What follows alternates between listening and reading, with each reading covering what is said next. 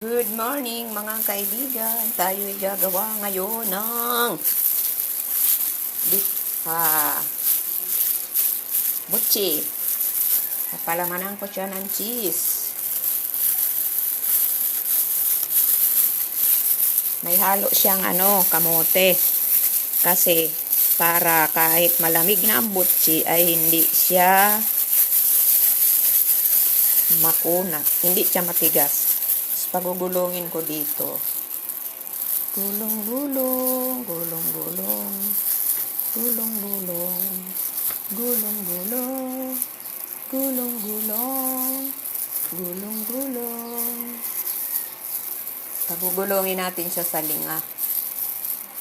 Tapos pipisa-pisain pa ulit natin ganyan. Para kumapit. Para kapit na kapit.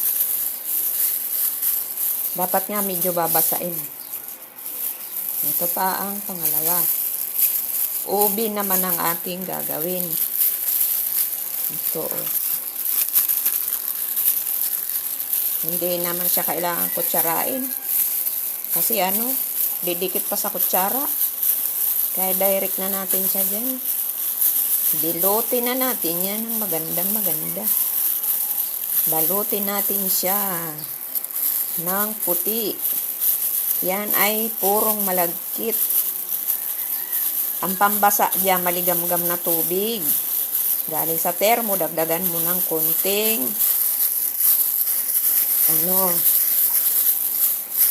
konting tubig. Lumabas pa yung puti. Ay yung violet. Para hindi siya lumabas. Ayusin natin siya. Ayusin natin. Medyo i-flat ko para medyo ipa-flat ko siya para lubog siya sa mantika. Kasi alam nyo naman ngayon, mahal na ang mantika. 2 cups yan na malagkit.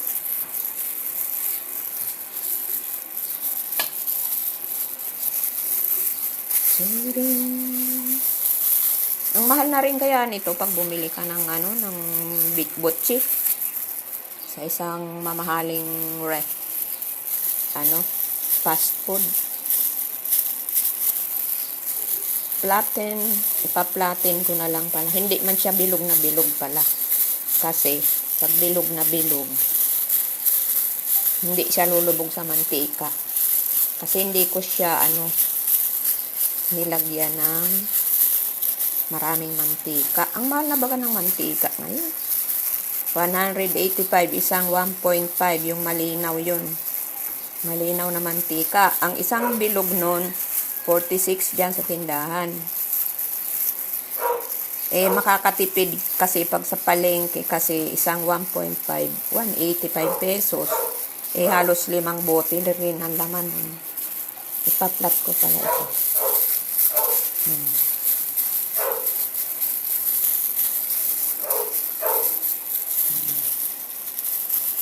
Pwede na yan ilagay doon sa mantika kasi na siya. Ayan, mainit na yung ating mantika. Ilalagay ko na itong nagawa ko. Ayan. Maluwag siya. Maluwag. Ayan. Para hindi sila magsiksikan ba. Ayan. Sakto lang siya, 5. Ayan na po, luto na ang ating butchi. Hindi naman siya masyado malakas ang apoy. Kasi madaling maluto yung ang linga. Ayan Okay na siya.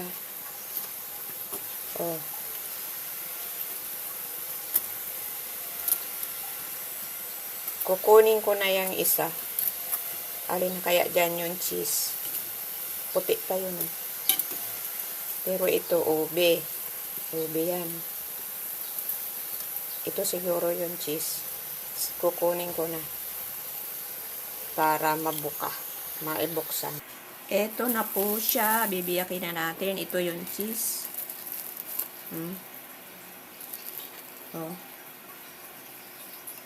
Ayan. At ito naman yung ube.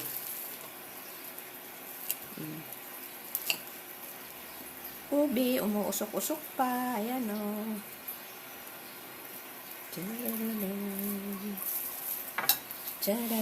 Bye-bye. Thanks for watching, mga kapatid. Ang sarap na yan. Oh, look at that. Oh. Ay, parang hilaw pa. Parang hilaw pa siya.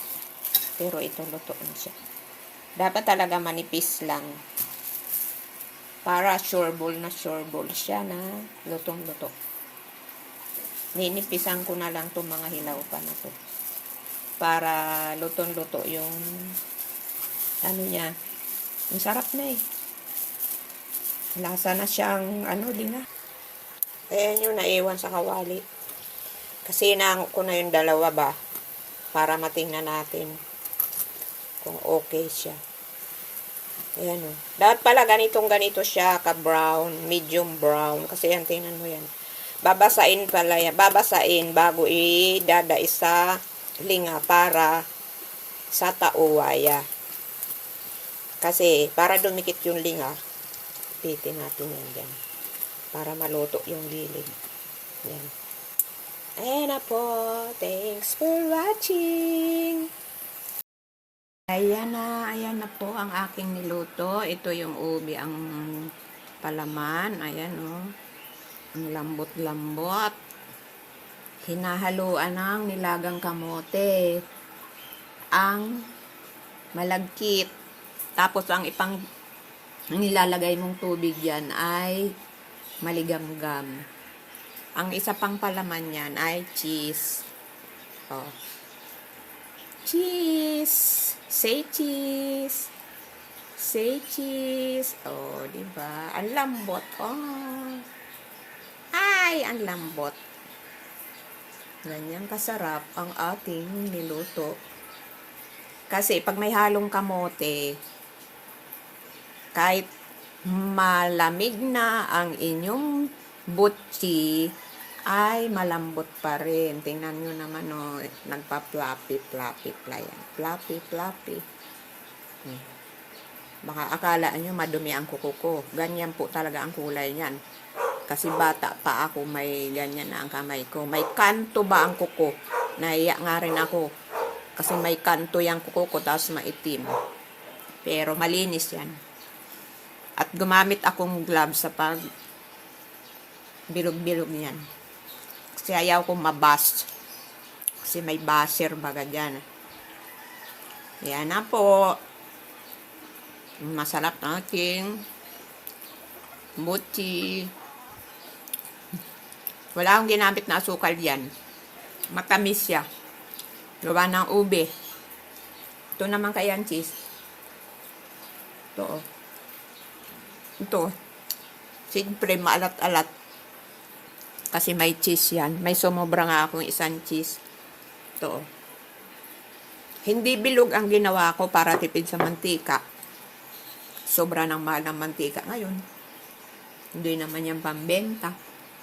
Pero biruin mo, yung 2 cups, ilan ang naluto ko? 1, 2, 3, 4, 5, 6, 7, 8, 10. 10 ganito. Ang lalaki, oh. 10 ganyan. Yung 1 kilo kong glutinous, kalahati lang nagamit. Tapos yung ube, binili ko lang yan sa palengke. 20 pesos. Manipis lang, nakabalot sa ganitong papel. Manipis lang siya. May tagpi 12.50. Pwede naman 12.50 lang ang bilhin. Tapos ganito na, dadagdag na lang cheese. Kung medyo may budget naman kayo, ang gagamitin yung cheese ay yung melt cheese. Ito kasi hindi siya melt. Ayan, pag yumaman na ako, pag medyo yumaman-yaman ang bulsa ko, may cheese ang aking gagamitin dyan. Bye-bye! Thanks for watching, mga friendship!